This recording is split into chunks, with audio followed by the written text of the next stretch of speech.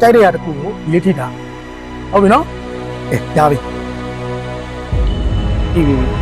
နဲ့မယ်နော်အဲ့ဒါဟုတ်ပြီအဲ့တော့ထုံးစံတိုင်းပဲမေးပြပါပစ္စည်းအစုံလုံးရှောက်မေးရတယ်မဟုတ်ဘူးရလဲမဟုတ်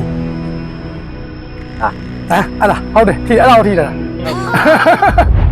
အားလုံးပဲမင်္ဂလာပါကျွန်တော်ကတော့ Magician Mask ကိုလင်းနေပဲဖြစ်ပါတယ်ခင်ဗျာ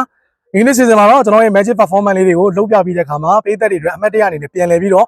၎င်းရဲ့ formula တွေကိုပြန်ပြီးတော့သင်ပေးမယ်ကျူတိုရီရဲ့ season လေးဖြစ်ပါတယ်အခုပြကွက်လေးကတော့ကျွန်တော်တို့ဒီပြကွက်လေးက metalism နဲ့ပတ်သက်တဲ့စိတ်ပညာနဲ့ပတ်သက်တဲ့ပြကွက်လေးတစ်ခုပေါ့နော်သဘောပေါ်မှာပစ္စည်းအစုံရှိတယ်ကွာဒီမှာဆိုရင်ဒီမှာအချိုရည်ဘူးရှိတယ်ဒီမှာဆိုဖုန်းရှိတယ်ဒီမှာဆိုရင်မျက်မှန်ဘူးရှိတယ်ဒီမှာဆိုရင်ခရင်စလိပ်ဘူးပေါ့စလိပ်ပြကွက်ပေါ့စသဖြင့်ဒီမှာဘောပင် tissue မီဂျစ်ဒီတွေကပစ္စည်းတစ်ခုခုကိုညီတို့အလုံးတယောက်စီညီလေးကရင်စပြီးတော့ကြိုက်တဲ့ပစ္စည်းတစ်ခုကိုညီလေးဒီလိုလေးညှောက်ပြီးတော့သူ့နေရာသူပြန်ချထားအောင်ဟုတ်ပြီနော်ဒုံးမို့ဒီလိုလေးထိအောင်နဲ့ထိထားလို့ရတယ်တခြားတော့ထိရမယ်ထိပြီးတော့ရင်ကိုထိပြီးပြီလို့អော်လိုက်အကူကမျက်လုံးမိတ်ပြီးဟိုဘက်ကိုလှည့်နေမယ်ဟုတ်ပြီနော်အကူမင်းတို့အားလုံးကထိပြီးပြီဆိုမှကိုပြန်လှည့်လာပြီးမင်းတို့ဘယ်ပစ္စည်းကိုထိထားလဲဆိုတာကိုအကူကပြောပြမှာမကြည့်ပဲနဲ့ကဲအဲ့ဒါဆိုစမယ်ကဲကြိုက်တာတစ်ခုထိထားပါထိပြီးပြီနဲ့မယ်နော်အဲ့ဒါဟုတ်ပြီအဲ့တော့ထုံးစံတိုင်းပဲမေးပြပါပစ္စည်းအစုံလုံးရှောက်မေးရတယ်မဟုတ်ဘူးရလဲမဟုတ်မဟုတ်အဲ့ဒါဟုတ်တယ်အဲ့ဒါကိုထိတာကဲဒီကသမီးလောက်ကြည့်မယ်အားစဟုတ်ပြီနော်သမီးရတဲ့တကူထိမယ်နော်ထိချင်တာတကူထိတာဒါပြီနော်ဟုတ်ပြီအားဆိုလဲမယ်ကဲကူမေးပါဦးမဟုတ်ပါဘူးအဲ့ဒါမဟုတ်ပါဘူးနော်ကြည့်လိုက်ရင်သိရလက်ပွေရမပါဘူးဒါလည်းမဟုတ်ဘူးလက်ပွေရမပါဘူးမဟုတ်ဘူးလက်ပွေရမပါဘူးမဟုတ်ဘူးလက်ပွေရမပါဘူးနိုင်အဲ့ဒါရောသမီးထိတာဟုတ်တယ်မလားကဲဟုတ်ပြီဒီပြောက်ွက်လေးကိုပြန်ပြီးတော့သင်ပေးမယ်ဆိုရင်သင်ကြလားနော်မိုင်းတယ်နော်အငယ်ချင်းတွေကိုပြန်အပျော်ပြန်ပြီးပြလိုက်ပါတယ်အဲ့တော့အခုနော်ညီလေးတို့နဲ့ကိုကြီးတို့နဲ့ကြိုတင်ပြီးတော့စီးပွားခိုက်တာရှိလားတကယ်ပြရနော်အခုကဟုတ်လားညီလေးတို့ထိတာတော့ကိုကတိနေတယ်ဆိုတာဗာတီကိုင်းထားပြီးတော့ထိတာတဲ့အစီအစဉ်တိုင်းလောက်တာမဟုတ်ဘူးကွာတကယ်ကိုကတိတာဟုတ်လားဟုတ်ပြီနော်အဲ့တော့ဒီရောက်ွက်လေးကိုသင်ပေးမယ်ဟုတ်ပြီနော်ဘယ်လိုလုပ်လဲဆိုရင်သူ့ရဲ့ formula လေးပေါ့နော်နီးပညာလေးကိုသင်ပေးမယ်ဒီပြောက်ွက်လေးရဲ့နာမည်ကသူ့ရဲ့ secret နာမည်လေးကပြုတ်ဝက်နာမည်လေးက black magic လို့ခေါ်တယ်ဘယ်လိုခေါ်လဲ black magic BLACK black ဆိုတာအနက်ရောင် magic ဆိုတာ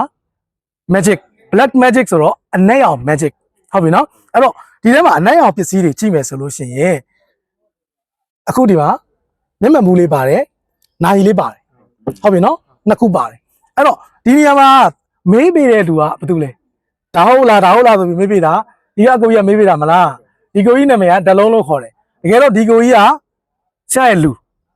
ငကိုတဲ့ဒီထဲမှာကြိုပြီးတော့ထည့်ထားတယ်အဲ့တော့ तू ကဆရာကိုမေးတဲ့မေးခွန်းထဲမှာဘယ်ဟာကိုထိတယ်ဆိုတာကိုအဖြေကို तू ကပါဇက်နဲ့ပြောသလားမပြောဘူးဒါပေမဲ့ဒီတိုင်းလေးတိုင်ပြတာနဲ့ဘာလို့ဆရာသိလဲဆိုတော့သိရတဲ့အကြောင်းရင်းက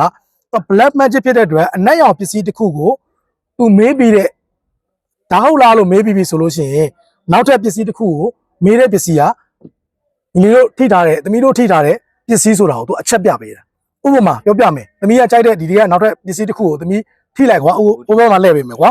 ကြိုက်တဲ့တစ်ခုထိလိုက်ဟုတ်ပြီထိပြီပါပြီဟုတ်ပြီပြန်လဲလာမယ်ဆိုတော့ तू ကမေးပေးလိုက်မယ်ဟုတ်ပြီမေးပါကဲလွယ်ကူမေးလိုက်မယ်မဟုတ်ပါဘူး